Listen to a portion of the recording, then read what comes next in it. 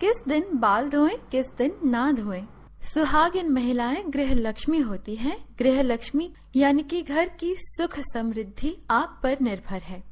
ऐसे में सुहागिन महिलाओं को कब अपने बाल या सिर धोना चाहिए और कब नहीं, यह तिथि और वार पर भी निर्भर है।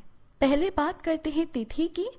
अमावस्या, एकादशी और पूर्णिमा के दिन बाल नहीं धोने चाहिए। ज्योतिष पॉइंट ऑफ व्यू से देखा जाए तो अमावस्या, एकादशी और पूर्णिमा तिथि पर चंद्र या तो उच्च या नीच स्थिति में होता है। ज्योतिष कहता है कि चंद्रमा मस्तिष्क को प्रभावित करता है। दूसरा पॉइंट है, हमारे हिंदू पंचांग में तिथि के अनुसार ही व्रत त्योहार मनाए जाते हैं।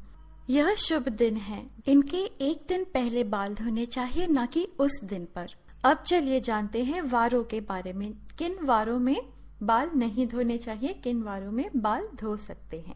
यहाँ भी आप एक बात का ध्यान रखें कि आप किसी वार का व्रत रख रहे हैं, उस व्रत वाले दिन पे, उस वार में आप बाल नहीं धोएंगे। एक दिन पहले ही बाल धोकर शुद्ध हो सकते हैं। रविवार को बाल धो सकते हैं।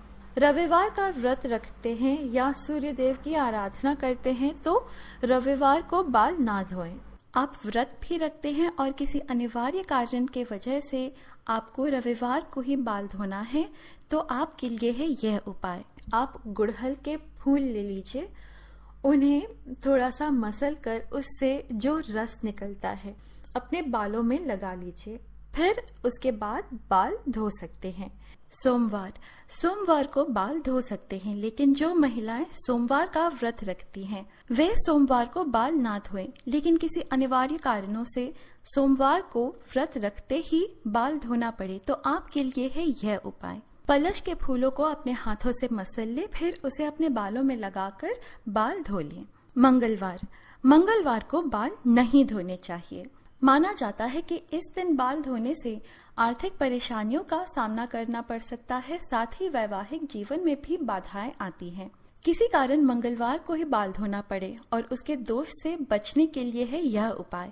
आंवले का रस या आंवले के चूर्ण का पेस्ट बनाकर उसे अपने बालों में लगा लें, फिर अपने बाल धो लीजिए। बुधवार को महिलाएं बाल धो सकती हैं, लेकिन मान्यता है कि जो महिलाओं के छोटे भाई हैं वे इस दिन बाल ना धोएं, क्योंकि बुधवार का अधिपति बुध ग्रह हमारे छोटे भाई बहनों के कारक हैं। इस दिन बाल धोने का दोष हमारे छोटे भाई को लगता है। इससे बचने के लिए एक उपाय है, आप वरुण देव यानी कि जल के देव वरुण देव को या फिर बुधवार के स्वामी श्री गणेश जी को अपना बड़ा भाई बना ले। कैसे? किसी भी पूजा में जब कलश स्थापना होती है उसमें जल भरते हैं, तो उस जल में वरुण देव को आह्वान करके प्रार्थना कीजिए कि हे वरुण देव, मैं आपको अपना बड़ा भाई मानती हूँ, कृपया आप मेरी व मेरे परिवार की रक्षा करें। ऐसे ही हर पूजा में सर्वप्रथम श्री गणेश जी की पूजा होती है, तब भी आप उनसे प्रार्थना कर सकते हैं कि वे आपके बड़े भाई बन जाए और आपकी रक्षा करें। फिर भी किसी कारण बुधवार को बाल धोना पड़े तो इसके दोष से बचने के लिए करें यह उपाय। तुलसी के 5-6 पत्ते लें, उसे मसल कर अपने बालों में लगा लें, फिर बाल धो लीजिए। गुरुवार को सुहागिन महिलाएं ही नहीं, किसी भी स्त्री पुरुष को भी अपने बाल नहीं धोने चाहिए। आपको तो पता ही होगा कि गुरुवार को घर में पोछा भी नहीं लगाया जाता है। ऐसी मान्यता है कि गुरुवार को बाल धोने से या घर में पोछा लगाने से, ऐसे कार्यों से माँ लक्ष्मी रुष्ट हो जाती हैं। गुरुवार को अनिवार्य कारणों से बाल धोना पड़े तो इसके दोष से बचने के लिए करें यह उपाय। थोड़ी सी हल्दी लें या फिर बेसन या दोनों को मिलाकर ही एक लेप बनाकर उसे अपने बालों में लगाएं, फिर बाल धो लीजिए। शुक्रवार के दिन सुहागिन महिलाएं अपने बाल धो सकती हैं, लेकिन जिन महिलाओं के पुत्र हैं या जिनके पुत्र प्राप्ति की कामना है वे इस दिन बाल ना धोएं। शुक्रवार के दिन अनिवार्य कारणों से बाल धोना पड़े तो उसके दोष से बचने के लिए करें यह उपाय। पहले अपने बालों में थोड़ी सी दही लगाएं, फिर बालों को धो लें। और फाइनली शनिवार को सुहागिन महिलाएं अपने बाल ना धोएं।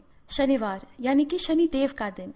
जैसे कि आप जानते हैं सभी देवों में उच्च स्थान शनिदेव को दिया गया है और सभी लोग शनिदेव के प्रचंड क्रोध से भी डरते हैं, तो उनके क्रोध से बचने के लिए शनिवार के दिन बाल ना धोएं। किसी अनिवार्य कारणों से इस दिन बाल धोना पड़े तो इस दोष से बचने के लिए पहले अपने बालों में कच्चा दूध लगाएं, फिर बाल धो लें। फाइनली एक पॉइंट मैं आपसे शेयर करना चाहती हूँ, वो है ये कि सुहागिन महिलाएं अपने मांग में सिंदूर भरती हैं। शरीर के इस स्थान को यानी कि मांग को गंगा स्थल माना जाता है, तो जब यहाँ पर सिंदूर लगाया जाता है तो उसे गंगा सिंदूर कहते हैं। यही पवित्रता और सौभाग्य की निशानी है। इस कारण जो सुहागिन महिला नहाकर मांग में सिंदूर भरती है वो पूजा पाठ में शामिल हो सकती है अगर वो बाल ना भी धोए तो, क्योंकि उसे पवित्रता और सौभाग्यवती का वरदान मिला है। लेकिन पुरुष को हर दिन बाल धोकर ही पूजा पाठ में शामिल होना चाहिए। एक और डाउट रहता है कि मासिक धर्म के दौरान बाल धोए या नहीं। अलग अलग प्रांतों में इसके अलग अलग प्रथाएं हैं। हमारे यहाँ तो मासिक धर्म के पहले, तीसरे और 5वें दिन कंपल्सरी बाल धोना है। इसमें तिथि या वार बिल्कुल नहीं देखा जाता। वहीं डिलीवरी के बाद तुरंत आप तो जानते हैं कि माँ को बाल धोना ही क्या, नहाने भी नहीं देते। 11वें दिन बाल धोया जाता है। लेकिन इस विषय में वार और तिथि का आप जरूर ख्याल रखिए।